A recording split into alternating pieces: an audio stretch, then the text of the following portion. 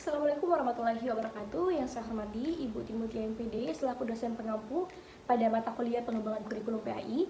Izin Ibu, saya Karina dengan NIM 2311112 dari kelas P5D.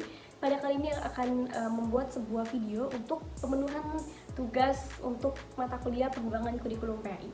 Baik, langsung saja untuk soal yang pertama, itu adalah mengapa di sini profil pelajar Pancasila dan juga literasi dan numerasi itu ditekankan dalam kurikulum merdeka ya, ataupun mengapa kurikulum merdeka menekankan profil pelajar Pancasila serta literasi dan numerasi. Nah, kurikulum merdeka itu menekankan dua aspek tersebut dikarenakan yang pertama kita bahas untuk profil pelajar Pancasila ya. Nah, di sini pendidikan itu tidak hanya membentuk aspek kognitif ataupun pengetahuan saja, tetapi kita juga perlu membentuk yang namanya afektif dan juga psikomotoriknya. Kita fokus pada afektif ya.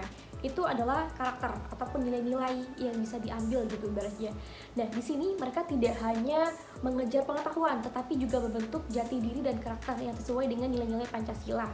Nah, di sini untuk profil pelajar Pancasila itu kan ada ditekankan pertama ada beriman dan bertakwa kepada Tuhan Yang Maha Esa, kemudian berkebinekaan global, bergotong royong, mandiri, bernalar kritis dan juga kreatif. Nah, diharapkan dari profil pelajar Pancasila itu bisa istilahnya menjawab ataupun mengatasi yang namanya tantangan global ataupun pengaruh dari arus globalisasi, kemudian juga teknologi yang semakin pesat, ataupun misalnya maraknya hoax, ataupun misalnya sikap intoleransi, pergaulan bebas dan sebagainya. Nah, diharapkan dengan adanya profil pelajar Pancasila itu menjadi fondasi pembentukan generasi yang tidak hanya cerdas dan berprestasi, tetapi juga berkarakter yang kuat dan mampu menghadapi perubahan zaman ya.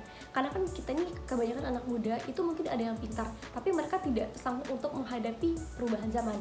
Mereka terlalu kalah dengan teknologi. Seperti contoh, kita zaman sekarang itu udah banyak sekali misalnya AI. Nah, tapi jangan sampai kita malah terkalahkan oleh AI. Kita malah malas untuk berpikir sehingga membuat otak kita itu jadi buntu ataupun tumpul. Ketika kita diberi pertanyaan, kita tidak bisa berpikir kritis karena kita selama ini itu hanya mengandalkan AI. Jadi jangan sampai seperti itu ya. Nah, kemudian berikutnya itu adalah di alam era digital ini, profil pelajar Pancasila itu menjadi kompas agar siswa siap menghadapi perubahan zaman tanpa kehilangan identitas diri seperti yang saya jelaskan pada sebelumnya juga ya. Nah, kemudian literasi dan numerasi sebagai kompetensi esensial abad ke-21.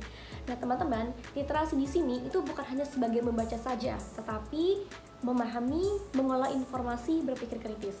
Jadi, kalau kita ibaratnya ingin membahas mengenai literasi, itu bukan soal membaca, tapi cara kita berbicara, cara kita memahami suatu bacaan, cara kita berpikir kritis, nalar kita dan sebagainya itu dibahas dalam literasi.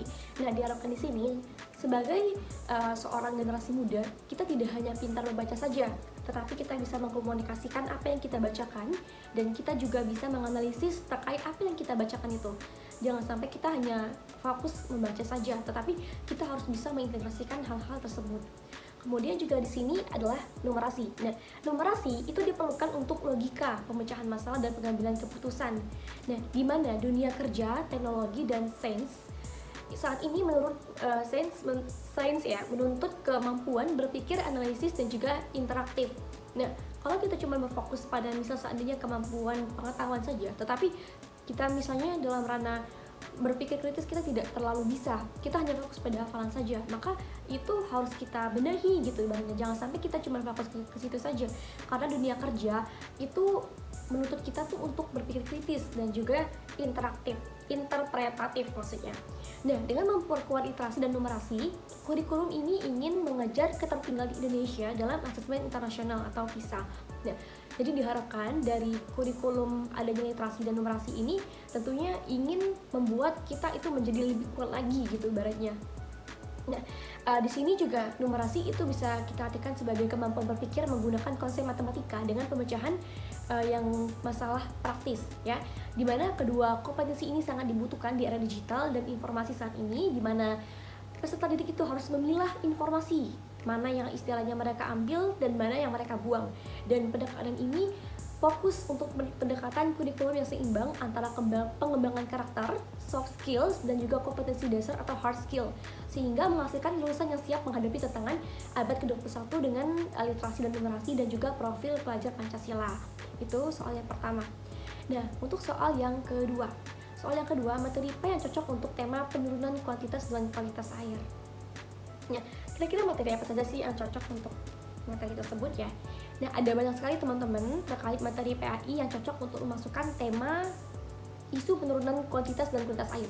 Pertama, itu akhlak terhadap lingkungan ataupun hifzul bi'ah. Nah, ini kita mengajarkan kepada siswa bagaimana cara menjaga alam yang baik dan benar. Jadi jangan sampai kita malah merusak alam. Maksudnya jangan sampai mereka malah merusak alam. Harus dijaga. Bahwasanya alam itu merupakan bagian dari apa yang telah diciptakan oleh Allah Subhanahu wa taala dan harus kita jaga. Kedua, fikih taharah atau bersuci. Nah, kebutuhan air bersih itu sangat terkait langsung dengan fikih, wudu dan juga mandi wajib. Nah, ini bisa menjadi pintu masuk mengenai mengapa kita perlu membahas untuk menjaga air. Karena kan kita perlu air yang bersih nih. Kalau nggak kita jaga, otomatis air itu akan kotor semuanya. Sehingga kebutuhan kita untuk wudu ataupun bersuci itu malah itu menjadi terganggu gitu. Kemudian ayat-ayat kauniyah tentang air. Contoh Quran surah An-Anbiya ayat 30, kami jadikan air segala sesuatu yang hidup. Nah, di sini kita bisa memberikan penjelasan kepada anak didik kita mengenai air itu istilahnya menjadi segala sesuatu yang hidup. Karena tanpa adanya air, kita akan menjadi bermasalah gitu. Kemudian etika Islam dalam memanfaatkan sumber daya alam. Nah, di sini tentunya kita sebagai manusia itu tidak berlebihan, tidak merusak dan memanfaatkan sesuai kebutuhan. Maksudnya kita pun kalau ada air itu jangan boros. Kita memanfaatkan sesuai dengan kebutuhan yang memang kita perlukan. Di mana akhlak terhadap lingkungan dan ayat-ayat tentang air itu dikombinasi dengan fikih taharah agar isi kualitas air itu memiliki konteks ibadah. Tidak hanya ibaratnya sebuah pengetahuan saja. Jadi kita kaitkan dengan konsep ibadah tadi ya. Nah, kemudian berikutnya itu ada yang namanya konsep rahmatul lil alamin. Nah, di sini kita menjelaskan mengenai kepedulian terhadap makhluk hidup lain yang membutuhkan air. Jadi kalau seandainya kita udah ngejelas banyak materi itu, kita bisa menambahkan bahwasanya anak-anak di sini yang butuh air itu bukan hanya kita saja, tetapi ada banyak sekali makhluk-makhluk lain yang butuh air. Nah, itu bisa kita lakukan. Selanjutnya itu adalah rencana implementasi pembelajaran berbasis proyek. Nah, untuk rencana ini kita bisa melakukan beberapa hal ya, langkah-langkah implementasi PJBL ini. Pertama, itu start with a driving question, di mana kita bisa memberikan sebuah pertanyaan kepada mereka kayak bagaimana Islam menjaga kita untuk bagaimana Islam istilahnya mengajarkan kita untuk menjaga kelestarian air, dan solusi apa yang akan kita berikan kalau untuk mengurangi penurunan kualitas air. Nah, itu kita bisa tanyakan kepada peserta didik. Kedua itu adalah planning project, di mana guru dan siswa itu bisa menyusun bentuk project seperti kampanye hemat air, pembuatan poster tentang air, video digital untuk menjaga kebersihan air, itu bisa kita lakukan. Dan kita bisa memberikan tugas masing-masing serta timeline pekerjaan. Kedua, research and investigation. Nah, siswa melakukan observasi kualitas air di sekolah ataupun di rumahnya. Misalnya mulai dari warna, kemudian bau, kemudian dari kekeruhnya. Nah, itu bisa dilakukan ataupun bisa wawancara ringan dengan warga ataupun petugas lingkungan. Nah, di sini mereka juga bisa menganalisis ayat atau hadis terkait dengan air dan juga menjaga lingkungan. Ketiga, Islamic Integration Discussion.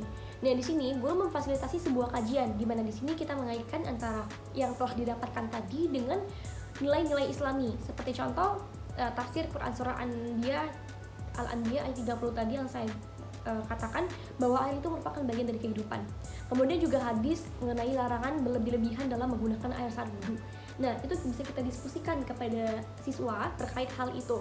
Jadi jangan sampai mereka hanya terjun ke lapangan tapi tidak ada diskusi. Nah, di sini bagaimana kita bisa mengintegrasikan antara proyek yang mereka lakukan tapi juga ada pengetahuannya, terutama pengetahuan Islam. Dan konsep amanah menjaga bumi. Nah, khalifah fil ard. Nah, ini tentunya kita harus menjelaskan kepada mereka sebagai seorang manusia, kita harus amanah menjaga bumi. Jangan sampai kita malah merusak bumi. Karena apa yang telah Allah ciptakan itu harus kita jaga dengan sebaik-baiknya. Nah, kelima itu adalah project creation. Nah, contoh project yang bisa dipilih itu ada banyak ya, seperti video kampanye, air adalah amanah Allah. Kemudian poster edukasi seperti sunnah hemat air dalam wudu, ayo jaga air.